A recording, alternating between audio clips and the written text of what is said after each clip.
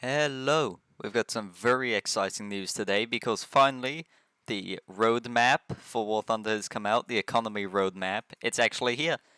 Gaijin actually did it. They actually released a roadmap and I've already had a good read through of it and the changes seem to be like almost entirely, if not entirely positive. So in this video I will be going over them and explaining them if they're a little bit tricky to understand for whatever reason. And I'll just be reading through the whole thing to show you all. And I doubt you need me to tell you about the whole boycott and the review bombing that came before and led to this. You should all understand that as pre-widespread knowledge. So I'll just get right into this. So here, after your feedback and suggestions, we would like to show you the development roadmap of War Thunder for the next few months. These are not all the changes and suggestions that we would like to introduce to the game, according to your wishes and comments, but, as it seems to us, the main ones. We will not be able to do more in the near future, and most likely after the implementation of the roadmap, you may have other suggestions, comments, and priorities that may change in general. This isn't that important, and they've even got a whole economy revision plan in detail, but I won't be reading that because, I mean, the video is going to be an hour long then. Here, now let's get to the good stuff. Changes to Silver Lion mechanics. Improved the balance of Silver Lions, increasing the reward multiplier, and reducing the cost of repairing vehicles to make all vehicles break even for the average player, including without a premium account. So essentially what this is talking about is that SL modifiers are increasing, so you'll earn more Silver Lions from matches, and the repair costs are going down. And break even for the average player. Obviously, we don't know what the average player is, but I have to assume that if you get like a kill or two or something, or kappa points or something, you'll probably break even, which is absolutely amazing because currently if you die like 3 times at like high tiers, you'll just bankrupt, just immediately bankrupt. So that's coming out in June 2023, so I'm guessing a minor update since it doesn't refer to it as a major update. That's what the red is. Next, we have calculation of the economic parameters of each vehicle from the average indicators instead of vehicle statistics. For all vehicles of the same type and 1 battle rating, the average statistical indicators will be calculated, after which they will be used to calculate rewards and repair costs for each vehicle in accordance with its economic rank. So depending on the rank, the repair cost should scale to it. That's what I'm understanding from here. Also June 2023. Improvements to premium accounts. If your total repair cost exceeds your income, you will be compensated after the battle, ensuring that your silver line tally for the match remains at 0 unless you have team killed. So, this might be a little tricky to understand, I'm not sure, but what it's saying here is that if you earn, let's say, 20,000 silver lions in a match, but your repair cost is 40,000 silver lions from all the vehicles that you've had destroyed. Essentially, how I think it will be is your 20k goes into it, as well as receiving an extra 20k that will automatically be put into the repair costs, so that you'll end up with 0 gain silver lions. But if you get 0 SL from the match, you'll get a free 40,000 SL that will go to your repair costs. So I think that's how that should work. Next is adding free backups to newly purchased premium vehicles. Well, it's very self-explanatory, and that'll mean that hopefully when level 9s buy your T-72 terms, they won't leave after 1 death, because they'll have backup vehicles. Who knows how many backup vehicles they plan on adding, but free stuff is always good. I mean, that's why I always say is a good bargain's a bargain. Dynamic repair cost reduction. The shorter the lifetime, the cheaper the repair, without changing the max repair cost by the date of feature introduction. So how this will work is, I guess if you're alive for a minute, you're going to only have a fraction of your repair cost. But if you last the entire match, you'll have to pay your full repair cost. So that makes sense. So if you just die instantly to a spawn camper, then you'll barely have to pay anything for that repair. So that is very nice. Capture point reward for vehicles that failed to survive until capture completion. So that's also good. Like, it means if you're on the cap point and you die like 0.3 seconds before you would have received the cap, you'll still get points for it, which is very nice. I quite like that. Free repair if destroyed by an ally. So if you get team killed, you don't need to pay repair costs. That's amazing. That's great. that, like, other than maybe time wasted climbing in an ARB match or something, like, you don't lose anything. Here, detailed calculations of the reward in the mission results window as well as in the private message window after battle ends. So, I'm not quite sure what this means. It's probably a whole new thing, so we'll see. But it says next major update, so after La Royale. Changes to progression and research points. Here's another really good thing here. Condensing of tech trees by grouping of vehicles and decreasing required research points, RP to research group, by 2 times. So essentially, what's a good thing in a group that I can think of? How about the Crusader, the Crusader 3, the Crusader 2 and Crusader 3, I think they're called. They are in a folder, the 2.71 and the 3.01. So now to research, I'm guessing the second vehicle in the folder, the one that you could normally skip over, so the Crusader 3, the 3.01, will now be half its normal research cost. So that's really nice. I'm not sure if this also applies to the first one in the line, because that would be even better, but I'm guessing not. Reduction of research and purchase costs of rank 6 to 7 aircraft. Well, that's just good, isn't it? I mean, it's that's just, yeah. Skill bonuses and RP, extra reward for a certain number of kills in a session. So if you didn't know, there is currently a soft cap. So after you get like 3 or 6 kills, I'm not sure what it is, eventually the reward scales, so you'll get less and less per extra kill. This is doing the opposite here. So here, for example, the approximate values for rank 3 arcade ground vehicle battles are 3 kills equals plus 15%, 6 kills plus 30%, 9 kills plus 50%. So that's also very nice. Research bonuses for new nations. After obtaining a top vehicle of one nation, so I don't know, maybe a M1 Abrams or your F-16, such a vehicle will be clearly marked in the research tree. A bonus is added to the research of the vehicles of this type in other nations. So I suppose if you get your F-16, where the top tier vehicles have not yet been received, so maybe your MiG-29 in Germany is going to be less, will be less RP. Given the bonus is given for 3 battles every day for each nation separately. So it's an RP modifier, so you get 3 boosters for another nation after you complete one nation. And depends on the rank of the research vehicle. Approximate values are rank 4 to 15. So it applies to... Oh, that's very interesting. Very interesting. This is pretty easy to understand. I don't think I need to explain, but it's very interesting. Revision of naval progression. Next major update / 4th update of the year. So, I mean, who knows what that means? Maybe it means that they'll be regrouping coastal and blue water or something. Who knows? Other progression updates. Revision of the use and obtaining of the FPE and repair kits for tanks and ships, as well as countermeasures for aircraft. Countermeasures for aircraft. This one's very good. This isn't too important, but will be split into default for single-use fire extinguishing and an improved type. So you'll get free FPE, but it will only you be able to use once. And then when you research FPE, that means you get a bonus one. So you'll be able to research a second fire extinguisher, not 2 at once. That's amazing. And I'm guessing this goes for parts too. Here, parts and tool sets will also be split into default and improved. Default tools available without modification will field repair all of modules, not only mobility ones. So otherwise it's only... Yeah. Okay, that makes sense, you see. So your mobility ones can be repaired by default, but you'll need to, I suppose, get the parts to be able to fix your breach or cannon or something like that. And here's a really good one. Standard countermeasures will become available immediately to research the aircraft, so you don't need to research flares. And as it says here, you only research the ability to customize what kind of flares, whether you want 50% chaff, 50% flares, or 40% chaff, 60% flares.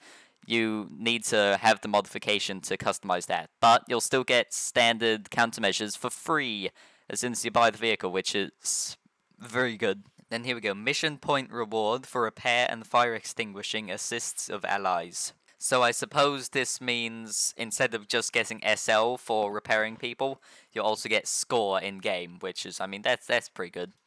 Helicopter research progression by playing ground vehicles. A player will be able to select either tank or helicopter to channel the research points in ground battles. So no more painful heli PvE if you just play top tier, well not top tier, but high tier ground, and you're playing ground RP, you can choose that instead of your RP going to your M551 Sheridan, it'll go to your helicopter that you choose. So that's pretty good. Addition of the limited list of battle tasks and some battle pass tasks to existing aviation. Exact approach. I'm not sure what this means, but it's something to do with battle pass. Battle tasks available in simulator. That's interesting. Keeping progress of the daily reward in the PC version by collecting daily rewards in War Thunder Mobile. This confuses me since War Thunder Mobile and War Thunder are completely separate. So how does that work? I'm not sure. We'll just have to wait and see. Matchmaking. Night battles are temporarily disabled with the La Royale major update. So you can't have night battles until the next update, it looks. See, until they can be optionally enabled. So if you don't have MVD researched, you can just opt out of night battles and just never see them. So, I mean, that's pretty interesting. Changing the matching settings for high rank battles in order to collect more complete battles at the cost of minimum increase in waiting time. I'm not sure what this means. Hopefully it's not compression. Display of BR ranges in the map filter. That's just a nice quality of life change.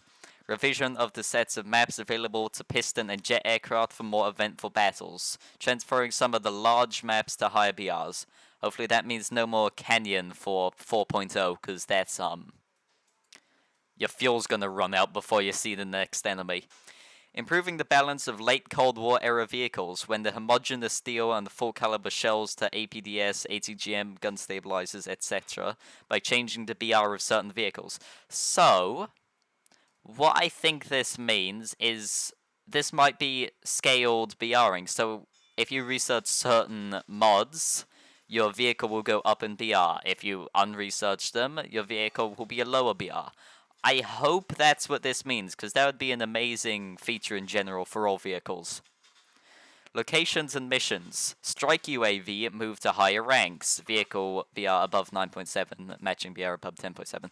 This was talked about in their Q&A, I believe. So that's actually going to come in La Royale. So that's very soon. Hydroplane respawn points move to the map center over the friendly airfield. That's not sure how that works, but like it's for float planes. So for all your float plane endurers out there, there you go. Reduction of the effectiveness of AI anti-aircraft guns located on fields and convoys in all aircraft modes. I mean, they really don't do very much anyway. It's the airfield AA that will one-shot you while you're 3,000 kilometers high. 3,000 meters, I should say. Special winter trees for winter version of locations. Finally, no more weird, goofier snow trees in Poland, because those are incredibly cursed looking, so proper winter trees. More QOL. Fixing issues with bushes when shot through or after a collision. Not sure what that means. Locations, Poland and Eastern Europe are having an update, so that's something. Same with Japan, Sinai, and Normandy. Seems like they're removing some of the more overpowered places on them. Same thing for a ton of other maps too. I'm not going to read all those out. Massive revision of asset collision in ground vehicle locations in order to get rid of inconsistencies of visual and physical models. Okay, that means hopefully less gaijning when you driving fast, you hit a piece of snow and your transmission just stuffs itself. Improvement of jungles by reducing the number of positions camouflaged by vegetation. That's pretty good. So I guess vegetation will be easier to see through or something. Gameplay. Here's the next section. Refinement of the damage model for small caliber heat rounds. Fragments of the shaped charge jet along the flight axis will be capable of inflicting damage to the crew in the dimensions of the fighting compartment of any tank if they are not stopped by more massive obstacles. So, I suppose this just means heat is supposedly going to be better for small caliber heat at least. Improved indication for spawn zone protection. So if you shoot someone who has spawn protection, you'll be able to actually tell they have spawn protection and not just think you're ghost shelling or something, or keep shooting. So maybe it'll tell you when their spawn protection runs out. And also, if you're shooting into spawn, you'll be marked on the map. So that's also something good. Similar to being scouted. Finalization, the mechanics of the commander's sight and tanks, adding a short delay to hunter-killer mechanics. So I think that's when your commander takes over the gunner role at high tiers. So if someone kills your gunner, you just swap to commander, boom, they're dead. Killing the gunner did nothing. So I think that's how this worked. It'll take some time before you're able to shoot again, which is very good. And here, though, is a very nice change here. The ability to accept an apology for a team kill. When accepting an apology, the apologizing player is not awarded penalty points, followed by a kick and ban. So what this means is, if I say fire a round and accidentally a teammate flies in front of my 37mm and just explodes, I can apologize in chat, and if they're having a good day maybe, they can forgive me, and then I won't be charged Silver Lion. So to go with the early thing where you don't need to pay repair costs if you get team killed, this now means unless the person is particularly spiteful that day, no one needs to pay anything if you are forgiven. So that is very nice. And here's another thing that was discussed in the Q&A, destructible 3D decorations. So that's pretty good. Hopefully that fixes the bush problem as well, of just having 15 bushes on someone and literally not being able to tell whether they're in an L333cc or whether they're in an M1 Abrams. And thankfully this won't affect anything. So if you've got your jerry cans on, they won't stop your top tier heat rounds, so that's also something important, because that would be very broken. And here is one for, as an Australian who, well, we don't have very good ping here, 200 is on a good day. Reworking the network knowledge to solve one of the problems of ghost shells, disappearing shells, the favored killer mechanic, killer advantage, which is a big one here, in the case of a small difference in time within the player's ping, limited, for example, by 120 milliseconds, between the receiving gap damage blocking their shot. So what this is saying is, if you're Australian or you just have absolutely abhorrent ping, then you'd recognize this one. And what it essentially means is when you fire a shell at someone, but you die literally 0.5 seconds later, and because you died, your shell just disappears. Lovely ping issue. So hopefully they're fixing this, and that's what that means. This is also about flipping a tank over, which is a nice quality of life thing. Improved target hit alert in the aircraft battles. So essentially, it changes what the meaning of killed is, which is something else. Here's some others, making it easier to report hate speech in the chat. So that's more quality of life. And here is a very nice, you can have a look through this. This should all be, what's it called? This should all be already talked about.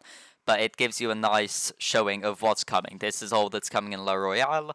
This is a, I guess, minor June update. This is from summer updates, minor updates or whatever in 2023. All this blue stuff, there's quite a bit here. And next major update in early autumn, or fall if you're American, what's wrong with you? And here is the 4th update of the year, so October to November. This is where the research point thingamajig, but there's quite a bit here. This is the entire roadmap. And that is all. Then there's all the comments on the bottom. So I hope this was informative. I didn't want it to go on for too long. It was fairly comprehensive, I think. I think I explained everything that you might be wondering about if you were. Bit late to the party, but hey, what can you do? It came out while I was fast asleep in the morning and I couldn't get around to recording. But hopefully this helps you understand what the news is. And if you enjoyed the video, you can join my Discord server, you can like the video, you can subscribe. All of those are very great things. And if you know anyone who is struggling to understand what all this is, or is just wants to hear more, then you can probably link them to the video. That'd be great.